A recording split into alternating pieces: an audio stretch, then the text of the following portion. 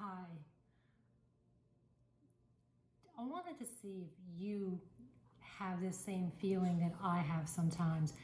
You know, when you go to a restaurant, you ever go and there's so much on the menu that you can't decide what to pick?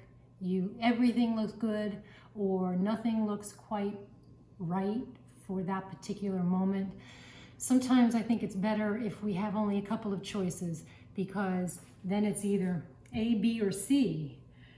I ask you this because I encounter this a lot when it comes to deciding what I'm going to bake next and what I'm going to present to you and show you and put up on the website and test out on my husband or treat the neighbors to, or for coffee with a girlfriend. It's just always so complicated for me trying to nail down just one. That's happening right now. I know I'm going to make something in this pan. Still working out what? I think it's going to have bananas in it, because I have these bananas that they're just getting past their prime, and I either have to use them now for a pie or let them get even riper to the point that they look like they're no good anymore, because then I would use them for banana bread, right? So, can you help me? My husband can't. I will figure it out, and I will decide by the time the pastry dough is chilled and ready to use, I will know what I'm going to make, at least this time. I'm getting ready to make a sweet short crust pastry. I'm actually making a double batch today. When you make short crust pastry, before you can use it for your pie or your tart or whatever you're making, it has to sit in the refrigerator for a while and chill once you've put the dough together. So because I want to make several things over the next few days, I'm going to go ahead and make a double recipe, and then I will just separate it and wrap it separately into packages before putting it in the refrigerator. So I've got a double quantity of butter. I've doubled my flour, my confectioner's sugar, 2 egg yolks instead of 1, and I just took my mixing bowl out of the refrigerator. You can see it's chilled, so it's just reacting to the air. I'm planning to use one of them for this 9-inch pie tart pan. Let's get started. Right, so we're going to start by putting the butter in the mixing bowl. This is chilled. You want to keep it as chilled as possible.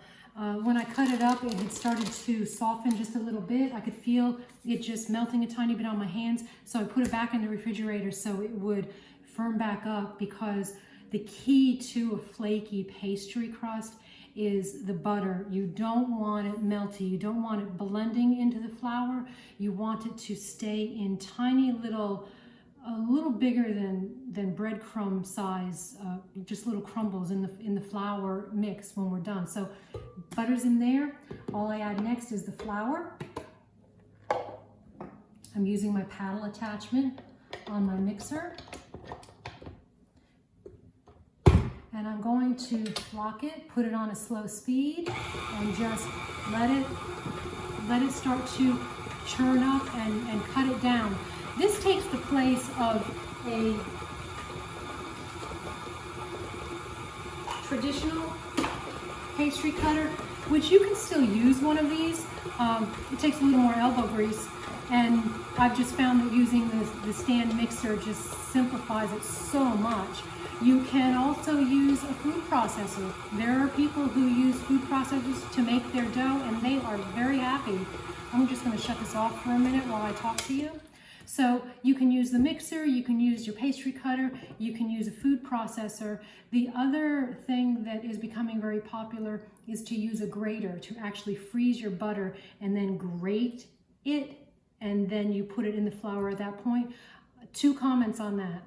1, you have to hold the butter, and every time I try it, I end up grating my hand. The second thing I noticed was my hands are warm, and so it was softening and melting the butter as I was grating it, and I was turning the butter to get a firmer, cooler surface. But you won't see me using a grater with butter when I make my pastry crusts. I will either be using my mixer or doing it by hand. So try out all the different ways. I just wanted to let you know that in case you were curious as to what I thought about the other methods that you find out there on the internet and in recipes. So I'm going to turn this back on, let it continue.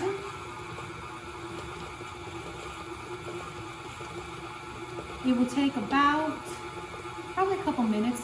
I just want to make sure it gets to the point that it is crumbled but not smeared together. Okay, it has gone for a couple of minutes and it's all set. Let me give you a quick shot. You may find, actually, I'm not finding any. I was going to say if you do find a couple of little big chunks of butter in there, you can just pull them apart with your fingers, but using the mixer like this, it just, you really do get a breadcrumb kind of consistency without it being melted. So, put this back on here. I'm going to add my powdered sugar. I will hopefully not have too bad of an explosion. Quickly, just blend this in on low speed.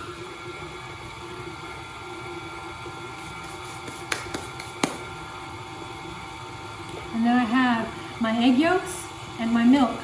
These go in at the last minute. As soon as this is done, it's blended now. I'm going to put these in. I'm going to let this mix again just for 30 to 60 seconds, just so it's barely mixed together.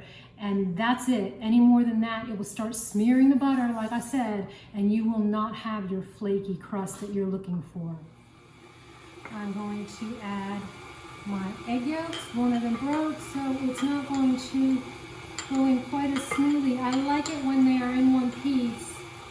And this is going to make me have to rush now.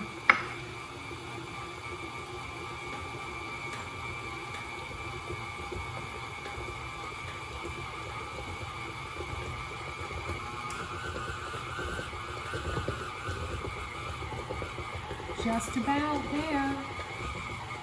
All right, that's it. I'm not going any further than that. You can see it's starting to pull together. The rest of it I'm doing by hand. And I am going to carefully just pull it together, shape it into a ball, remind myself that this is a double recipe, which means I have to split this in half. Put my scale away after I measured my flour and everything, so I think I need to get that back out. Want to flatten this into about a ½ inch thick of a disc. Try and keep it round. The reason for this is because when you go to roll this, it will be chilled and it will be very firm. And trust me, the less rolling you have to do, because you've already flattened it out here, the happier you will be. So I'm going to wrap this up airtight. It will go in the refrigerator for at least an hour, if not 2, even overnight. You could actually store this for a couple of days in the refrigerator if you want. I'm going to do the same thing with this second dough, and then they will go in, and that will be it. Okay, what have I done? I pressed it in. I used carefully the round portion of this wooden spoon to help press the dough into the fluted edges, so that when I remove this from the pan, I drop the bottom and the sides, you will hopefully have a really beautiful fluted outside wall to the pie. I trimmed it. I left an overhang here. I trimmed the dough with my kitchen shears. You can also use a knife. It's nothing fancy. I've saved the extra dough so that if something cracks while I'm blind baking this pie crust, I will be able to patch it before the final bake, because this actually bakes. First, this is going to go into the refrigerator now for 30 minutes to chill again. Then it's going to be filled with baking beans, and then put into the oven and baked for a little while, taken out. I will remove the baking beans. I will put it back, I will prick it with a fork, the bottom of the crust, put it back in the oven for a little while, take it out one more time, do an egg wash over this, and then put it back in the oven for a final bake. It sounds complicated, time consuming, I know, but it's worth it. I make pies and tarts that once they're done will sit in the refrigerator for days as they're being eaten, and this crust does not go soggy. It is a beautiful, crisp, flaky crust that holds up really well. So if you have the time, definitely take it for this one. I've taken a piece of crumbled up parchment paper. I crumbled it so that I can get it to mold a little bit better inside and on top of the case, the pastry case. I filled it, I've used all of my baking beans, filled it all the way up to the top. This is going to go in the oven. I also have put another baking sheet in the oven that is preheating inside the oven, so that this will now go on that hot baking sheet, and that will help to cook the bottom of this crust so that you won't get a soggy bottom. I've taken it out of the oven. It baked for 20 minutes at 350 degrees. I removed carefully, they were hot, so be careful when you remove your baking beans. I've got them in this metal bowl so they can cool off a bit before I put them back into my plastic container. I'm going to just prick the bottom of the pastry case with a fork. You can see it is cooked a bit, but you can see it still looks like it might be a little raw or undercooked. This is going back in the oven again now. We are just about there. I have made an egg wash. This is egg yolk with some hot water. I'm going to brush the sides and the bottom of this pie crust, and then I'm going to put it back in the oven one more time for 15 to 20 minutes.